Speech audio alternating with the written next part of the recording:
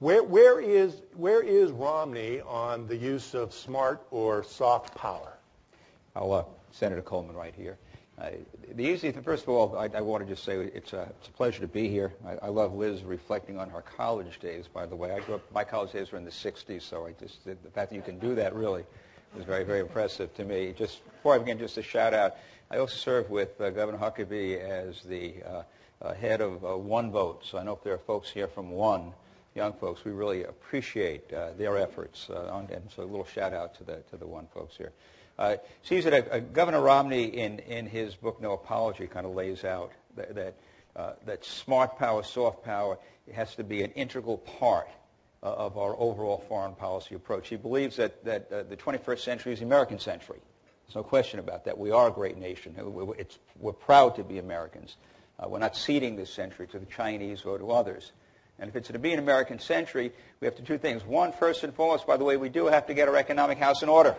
Okay, we got to grow jobs, and I think what Governor Romney brings to the table, beyond other, and I'm really pleased to be here with great patriots and great Americans, is his 24 years in the private sector. His understanding of what it takes to grow a job. So we've got to get our economic house in order. If you have a strong economy, you can have a strong military, and then you can have the outreach that you need. So for Governor Romney, it is soft power, smart power, tied hand in hand, and how we do it. These are tough economic times. We're going to have to make cuts in the budget. We understand that. But as conservatives, we don't accept things simply and ignore the problems. We approach problems with prudence and patience. So Governor Romney's approach to using smart power is with prudence. We don't need to be funding debtor nations. We give aid to China. We need aid to Russia. Pakistan, we have to look at that aid. It has to be conditional. At the same time, we have to cut through some of the bureaucracy. Who's responsible? We talk about having our soldiers in Marja province, doing agriculture. Governor Romney has a vision, a plan that really restructures the way in which we do soft power, so that it takes a business-like approach. We use our resources effectively, and we project America's strength and power in the world. All right, let me go down the line. Robert Bud McFarlane, who I admire from many, many years of watching you in the Reagan administration as National Security Advisor.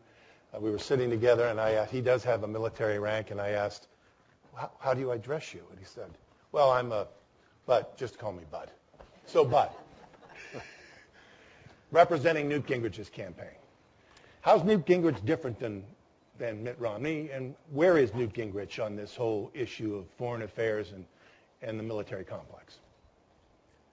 Thanks very much, Tom. I'd like to start by echoing Senator Coleman's remarks about Global Leadership Coalition and St. Anselm's for hosting this. It's a long and very proud tradition that I think helps provide better understanding among people in New Hampshire and beyond through your audience that's being filmed today of what's important to our country and how we shape, as General Zinni said, a more sensible, integrated strategy in the years ahead. Speaker Gingrich has been a long supporter, as Liz could tell you, of the Global Leadership Coalition from its earliest days because he believes strongly that we have to have an integrated approach to how we engage foreign countries. Defense, development, diplomacy, these are the three pillars of what will be a Gingrich foundation, a plan, an approach to defining how we engage and make the world a better place because it is in our interest. For all the reasons these kids in the film pointed out, it isn't only stability, it is markets, it is assured access to resources. I just finished about 6 months ago, spending 2 years coaching the Darfur rebels on how to negotiate a better future with the government of Sudan after 23 years of civil war in which they were the cannon fodder that lost huge numbers of their own people and today have 2 million people still in displaced persons camps.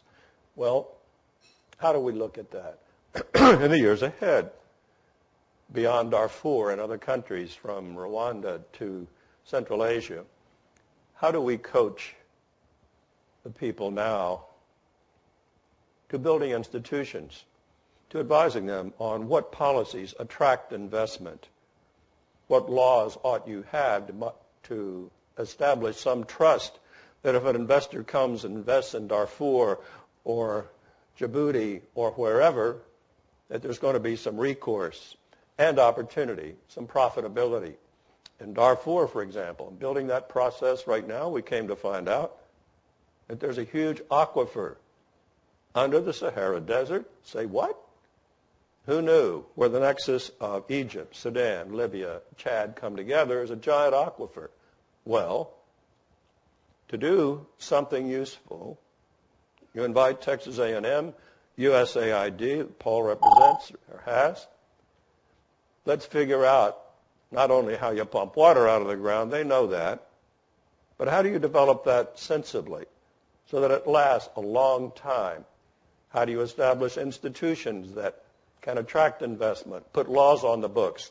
To do that, we need a core of professional diplomats and employees that span beyond the Department of State, the foundation, to agriculture, treasury, commerce, so forth. That's what the Gingrich administration is going to assure. Bud, thank you. I want to move on because I want to make sure. Jim Forsythe. Ron Paul is a little bit different on some of his foreign policy positions. Talk to us a little bit about where Paul is and his outlook on these issues of smart power. Thank you, and thanks again for inviting us here. Dr. Paul believed very strongly in free travel, free trade, and diplomacy as being the best way to ensure peace. Something personally I saw when I was a kid, I traveled to the Soviet Union because I was studying Russian. And I think the impact of Americans going over there and traveling and trading blue jeans had a huge impact on the collapse of the Soviet Union. And of course, diplomacy as well. Reagan was constantly talking to the Soviets. So that's really the key to strength. And then on top of that, having a strong defense. He doesn't believe, however, in using the military for things other than defense, such as nation building or getting involved in foreign affairs of other countries. And this is something I saw personally when I was in Saudi Arabia in Riyadh flying the no-fly zone for Iraq. I went to the Dhahran and the Khobar Towers, and I stayed there. And then 2 weeks later, the Khobar Towers were bombed. And Intel briefed us on the cause of that. And it was because the people in Saudi Arabia saw us as propping up the king there, which they didn't like, and so they were resentful of us being there and propping up their king. And we were there defending Saudi Arabia rather than defending the United States. And then you see 9/11. We have 15 of the 19 hijackers from Saudi Arabia. So I don't feel, and Dr. Paul doesn't feel, use of our military like that is in the best interest of our security. And so he'd rather see us pull our troops back and use it for defense.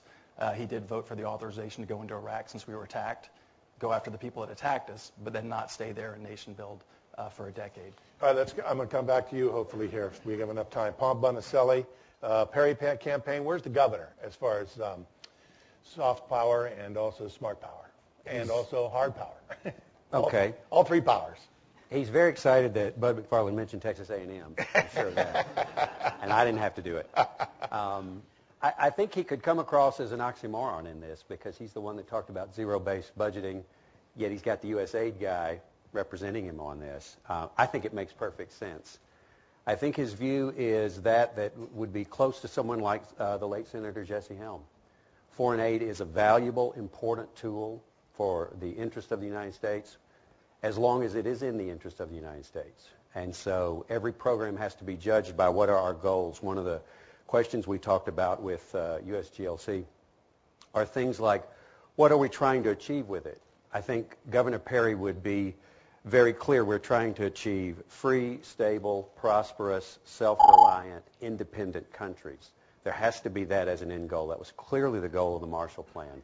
It wasn't what our development programs became, I think, for a lot of years, and I speak as obviously a fan, someone who did it for several years, both from the legislative side and the executive side, and it's been part of my academic career. The goals became more of a decentralized set of programs that were run by bureaucracies that didn't have the end goal being, there's an overarching goal. It's the things General Zinni talked about that the militaries had to do because we weren't prepared to do that from the civilian side. Priorities have to be set. In the Bush administration under Secretary Rice, the first truly strategic review of these programs took place. And while we didn't do zero-based budgeting, we challenged every single program to know, is this in the U.S. interest? Is this going to have an end result of a stable, prospering, free, self-reliant people? At least that is our goal.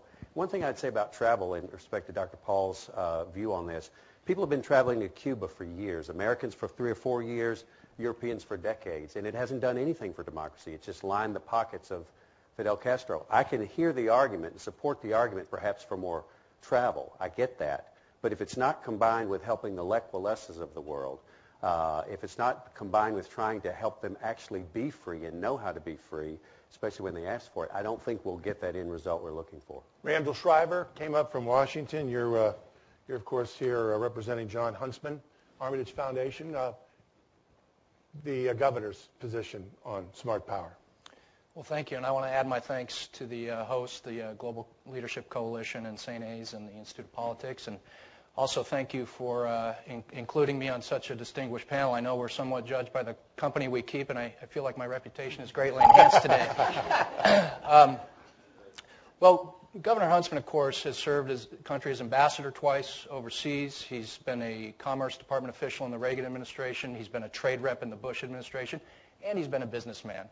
And I begin with the biographical data, which is probably familiar to you, but I begin with that because these themes we're talking about, integrating all the various tools of national power and influence, well, this is somebody who's seen all these tools firsthand up close and knows how to do that integration and how to employ them in the right balance to further U.S. interests, whether they be political or security or diplomatic.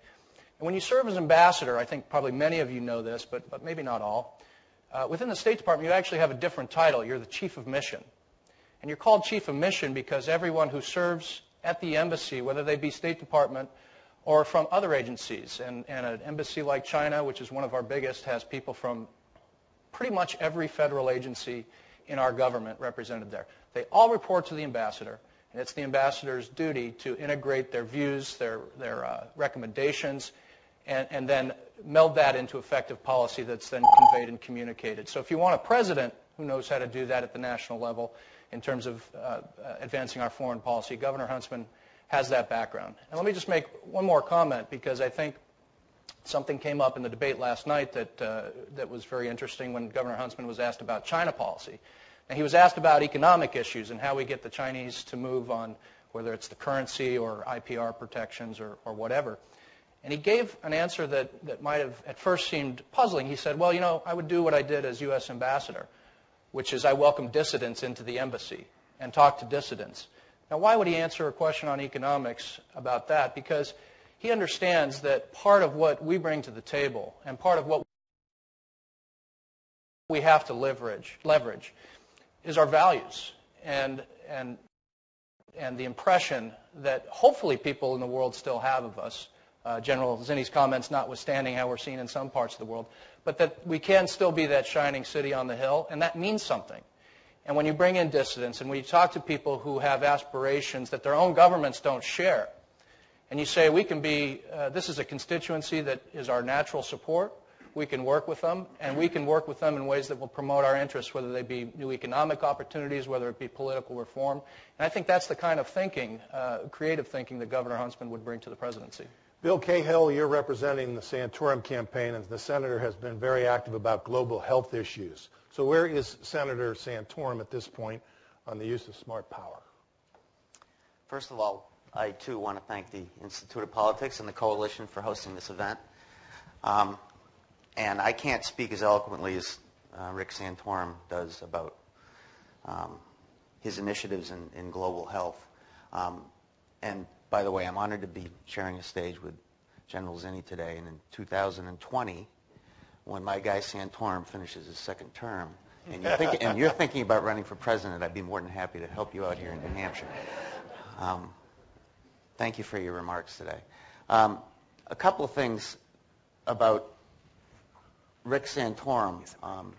His initiatives on AIDS research and AIDS prevention and AIDS cure have been quite impressive. Actually, if you recall, 2003, President Bush, George W. Bush, in his State of the Union, made a very specific reference to AIDS in Africa, and he engaged Rick Santorum to work diligently on that effort, and he's done it.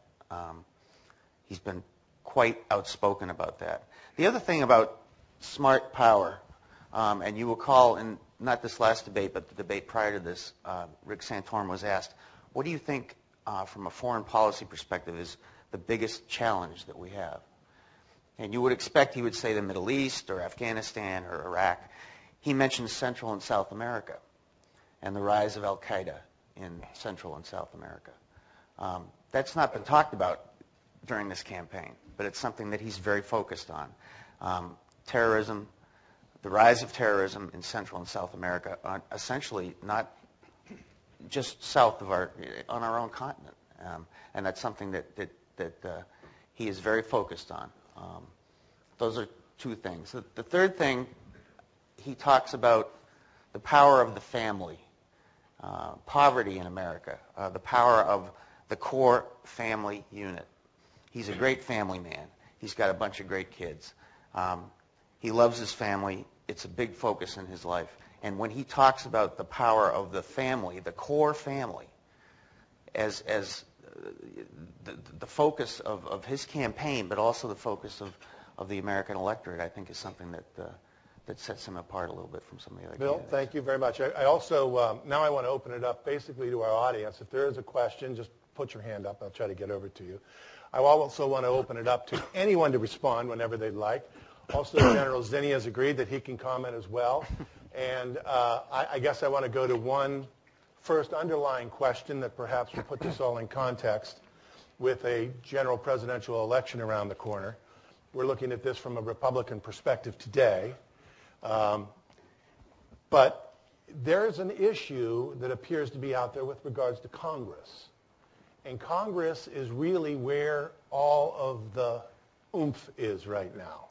And the next presidential candidate is going to have to work with the next Congress to develop budgets and proposals and decide where money needs to be earmarked. And when we talk about smart power, we all probably generally feel that there's something that has to be done to maintain our defense capability in the country.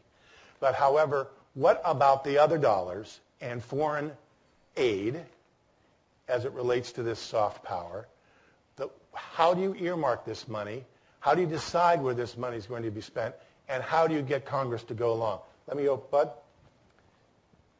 Very penetrating question. The Congress for a long time has had reasons to be concerned about foreign aid, and you see kind of the headline-grabbing criticisms about waste and foolish programs.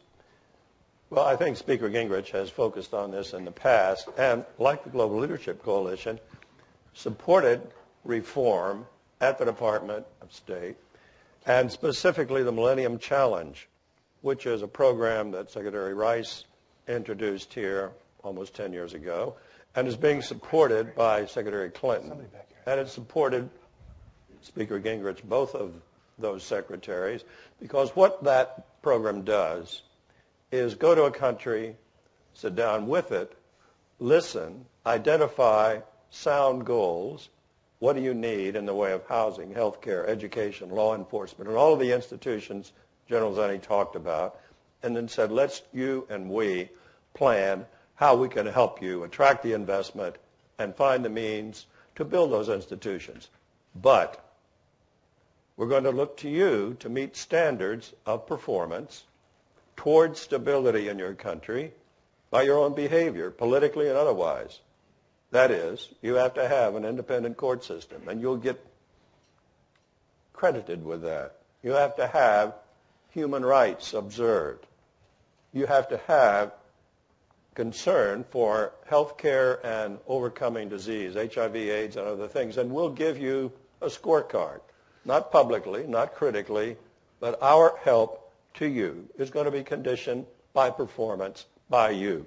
That's the kind of integrated effort involving agriculture, commerce, treasury, and all of the other agencies here, but engaging to teach based on performance by the host government. Senator, you look like yes. Senator Coleman. Yeah, I just want to say I do disagree with the assumption that the oomph is in Congress right now. They're lacking a lot of oomph right now, but the next president's going to have to deal with them. And the reality is that foreign aid is not going to escape the scalpel. We don't want to see a hammer. Not going to. In other words, you've got to cut just as across America. We have a debt problem. We have a spending problem. And if you want to stabilize the economy, you've got to deal with that. However, one of the realities is that soft power and smart power, if used effectively, and reflecting on General Zinni's comments, can prevent the necessity of the getting involved in armed conflict, which is very, very expensive. And that's where I disagree with Ron Paul. And the reality is that we need to project America's presence. We need to be there with using our diplomatic power, using our economic power. Governor Romney has laid out very clearly and very specifically a plan for the integration, following a military model. And so he has laid out, he's used his business sense. His turning around of the Olympics has shown that he can take things that aren't functioning, that aren't working well, and then use that business sense that he has to make it work. So the bottom line is the failure to move forward with soft power can result in a much more expensive proposition for this country. And I think Governor Romney understands it, has the capability then to use soft power in a smart fashion, which will save us dollars in the end. Bill Cahill, and then I'll get over to you, Jim. Thank you, Tom. Let's just talk about Congress and talk about Rick Santorum. I said to some folks last night, a reporter from a local newspaper, I said, Rick Santorum is consistently conservative. He's pathologically conservative. He's not changed his positions. You know where he comes from. He's steady. He stays the course. But he can also work on both sides of the aisle. And when he was in the United States Senate, he built consensus. One of the major accomplishments that he had was welfare reform. And he worked with Democrats. He worked with partisan Democrats. He worked with people on both sides of the aisle. Right. The other thing I want to mention, what he says about smart power and about the United States and our role in the world, he has two terms that he uses when he closes every argument, every debate, every discussion. He said, this country is a moral enterprise. It's a moral enterprise. It's a grand experiment, and we need to lead. Jim, let me go over to you. Thank you, Bill. I want to first make a comment on the soft power issue. As you know, Dr. Paul, as people here probably know, doesn't support foreign aid. But that doesn't, and that's government foreign aid, but that doesn't mean that foreign aid still doesn't happen or that it wouldn't happen. I mean, there's no restriction, and he would place no restriction on our companies or our people getting involved in helping out in other countries. So that still can happen. But I think that there's presented a false choice in some of these countries, whether we use soft power or hard power. I agree with General Zinni. Soft power is probably more effective, lower cost use than hard power in terms of reforming a country. But the question is do we need to get involved in the first place in reforming a given country? We should focus on defense rather than either bribing people to tell them what to do or using our military to tell them what to do. It would be interesting. You remember the term 1,000 points of light? What was 1,000 points? That's an interesting question. I forget what happened to 1,000 points of light. Your name is? Paul Burkett. I'm from Bow. Okay, Paul. I wanted to actually focus on hard power. Last night, Governor Romney said he wanted to increase the Army by 100,000 men, I think, is what he said. And that may or may not be a good idea. As General Zinni alluded to, it's all about force structure and the strategic vision and imperative that drives the force structure. So I'm just curious what Governor Romney's view is about force structure and where the 100,000 comes from, and then also generally for the other candidates, what their view and strategic view on force structure is. Well, let me get Senator Coleman to answer that, and then I might ask a follow-up from General Zinni on that. Senator? Yeah, let me just, and Governor Romney has also said, by the way, that we need to increase our fleet from 9 carriers to 15. I mean, he's laid out very specifically, because his strong belief that if the next century is to be an American century, that military strength is an important part of that. But again, I keep going back to what Governor Romney brings to the table is a business perspective. And that business perspective is just as important than in dealing with military issues, dealing with diplomatic issues. And so it's not simply we're going to increase 100,000, we're going to cut this, cut that. His life and his record is one of understanding that you solve problems by bringing a business sense to it. So I think and I'm not his military guy, but I can tell you, having sat down in those discussions and having briefed him on foreign policy, what he's bringing to the table is what America needs most now. that someone who understands from a business perspective, 24 years in the private sector, what it takes to grow a job, what it takes to grow an economy, what it takes to effectively exercise soft power, and what it takes to effectively use military strength so that this next century is the American century. Randall, you wanted to say something real quick. Yeah, well, I think with a $700 billion budget, if your starting point is 100,000 more troops or tying it to some level of GDP, that's the wrong starting point. I think what Governor Huntsman has talked about is having an approach to this question that starts with strategy. Look at what our interests are. Look at where the threats to those interests are, and look at what kind of force structure and what capabilities you'll need. I think exactly as the questioner was implying. And that might get you to a number, I suspect, well south of $700 billion, because there's going to be cost efficiencies and savings when you move to a strategy that is more counter-terror focused rather than preparing to fight the battles of the Cold War. We can look at what it means to be in the Asia-Pacific century, which is a maritime theater, which has the critical sea lanes of communications that need protecting, rather than protecting massive areas of land from a Soviet invasion. And so you can find those cost savings. But to start with, we're going to increase without having a strategy first, I don't think makes much sense. And I think what we need is a strategy, and then put the resources and the capabilities required up against that strategy, and let's see where the numbers come out. All right, let me get another one here. Your name, sir? Yes, my name is Thomas Smith. I'm a retired Army colonel and former faculty member at the National War College. We salute your service. Thank you. Yeah. When I was there about 10 years ago, General Zinner used to come over as CENTCOM commander and talk about some of the same subjects that he talked about today. One of the things that he mentioned was the national security strategy of the United States. The war colleges are one of the few places that spend any time actually reading and studying the national security strategy.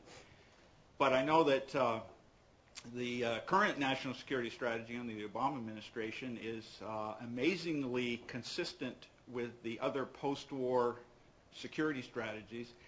There's probably a 20 or 25% difference that does lead to a lot of political controversy, but the consistency is the thing that I'm focusing on.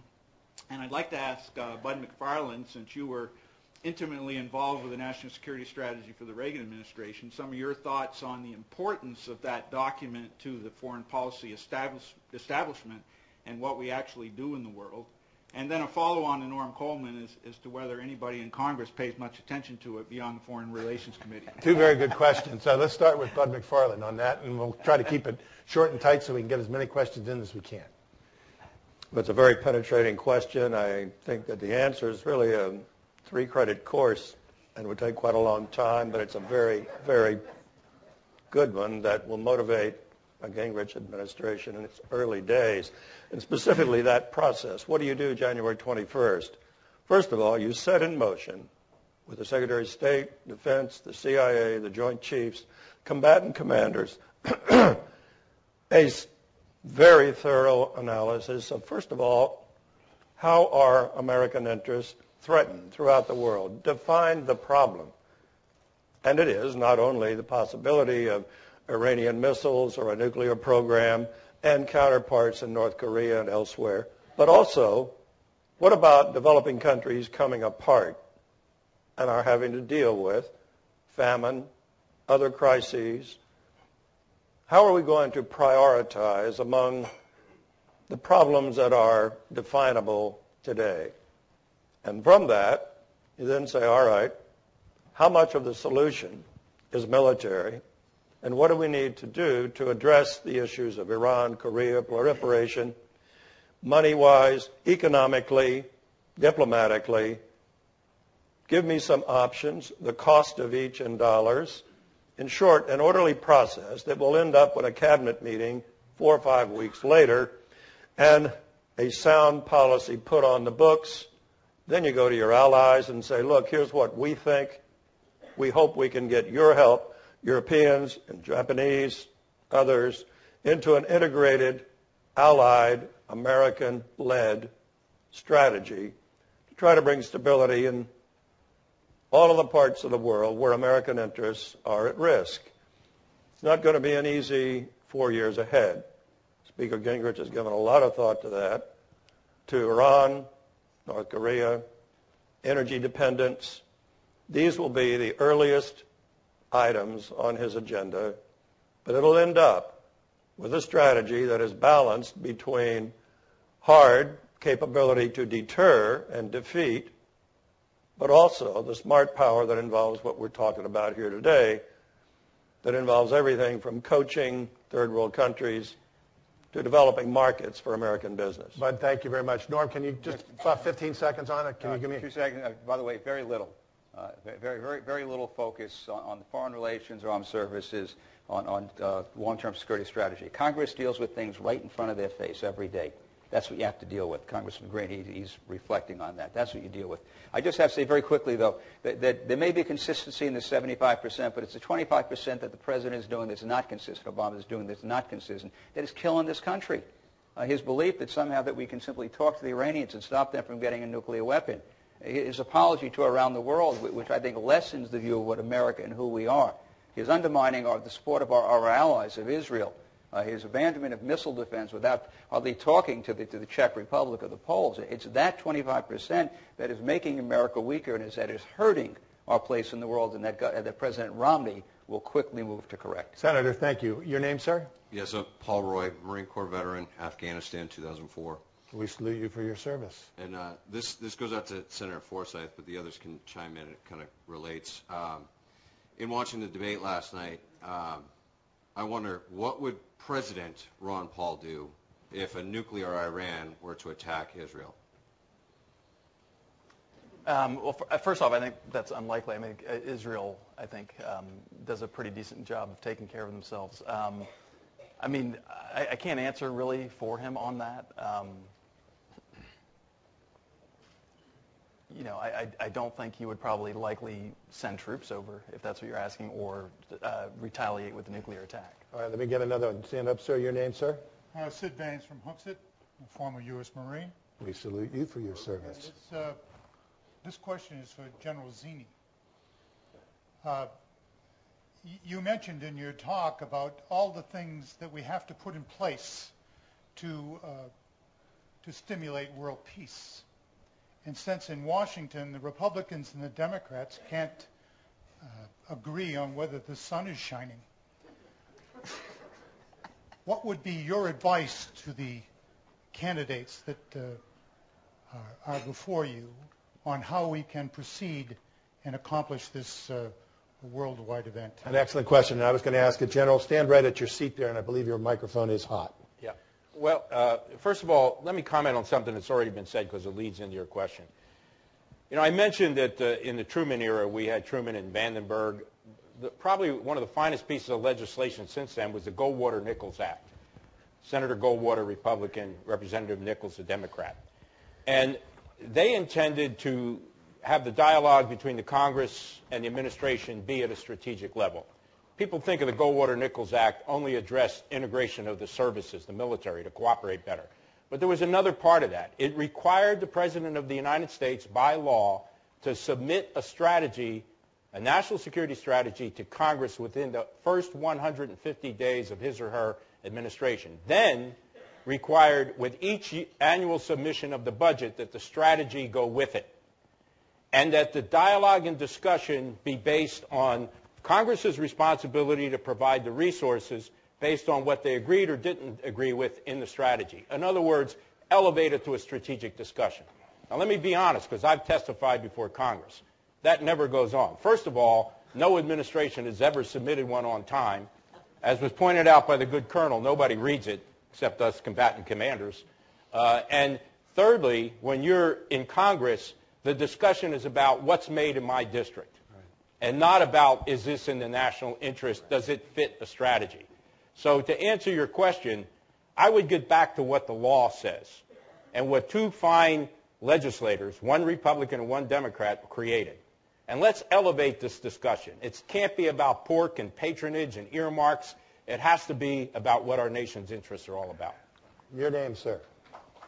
My name is Michael Rodriguez. I'm a former United States Marine and graduate student at Dartmouth in globalization studies. The last I knew, 60% of Iran's budget comes from oil income. Where is the actual energy security policy that we should be having today that goes in line with smart power and would take money from that while investing in sustainable energy solutions, which are technology-based and would be great for the state of New Hampshire. Do we have any takers on the stage on that one? Let's go ahead and talk with, we'll start with, we haven't had an opportunity there to hear from the Perry campaign, so go ahead. We don't have an energy strategy under this administration, and that's a big problem. That's a part of it. That's why these things are connected. It would be much healthier for our foreign policy, for our national security, if we had one and we weren't as dependent as we are. It would also be helpful if we treated energy as a part of, as a tool that can be used, because harming the Iranian regime where energy is concerned would be useful for our foreign policy. Outstanding. I'll chime in on that. No, go ahead. But, I was on a panel very much like this about a year ago with Senator Gary Hart, Democrat, and after each of us had lamented the absence of an energy policy, and one of the students said, Senator, why can we never develop an energy policy? And he said, well, you're wrong about that. We really do have an energy policy. We rely on only one fuel to move all our airplanes, ships, and 250 million cars. We buy that fuel from a cartel, and every few years we go to war to maintain that privilege. Tongue-in-cheek, and yet with a lot of truth. Within 3 years, according to our oil companies, who are doing their best to develop American resources, we're going to face $200 a barrel oil. And the reason is market forces, China, India, emerging markets that are growing a lot faster than we are, running up the consumption of oil and gas, and when it reaches beyond the ability of the producers to meet demand, the price goes up. And it is going to go up because there simply hasn't been enough new investment in Saudi Arabia and other OPEC countries to meet demand. And so our country is facing an inevitable return to recession within about 3 years' time, according to our oil companies. What do? We have the means in our country both to produce more, but to introduce alternatives, because producing more will only take you so far. The UK was self-reliant on North Sea resources here 7 years ago, but when the oil price got to $147 a barrel, their transportation sector seized up because the price of oil is set by a foreign cartel. We need to introduce competition in the way of methanol. We're blessed recently with the discovery of all this windfall shale gas in the Marcellus and Barnett and elsewhere. That can be easily, quickly turned into methanol. But we've got to do it. Develop an energy policy that allows us to introduce alternatives to that single fuel that's going to put us into depression. Methanol, ethanol, biodiesel, hybrid electrics, all electrics. All these things must be part of an American Gingrich energy policy. All right, but there's some people on the stage that have a different opinion about that Gingrich thing, but we'll leave it at that. Okay.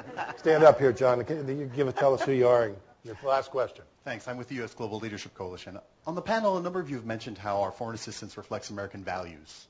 Heard about America as being the shining city on the hill. Can you talk for us about how our engagement in parts of the world like Africa, whether it's our global health dealing with AIDS or helping build markets, how that reflects our values as a country? Good question. Who wants to take that? Bill had his hands up first. How's that? I mentioned earlier, Rick Santorum talks about the responsibility for the United States to be a leader in the world. And it's not about military might. It's about economic development.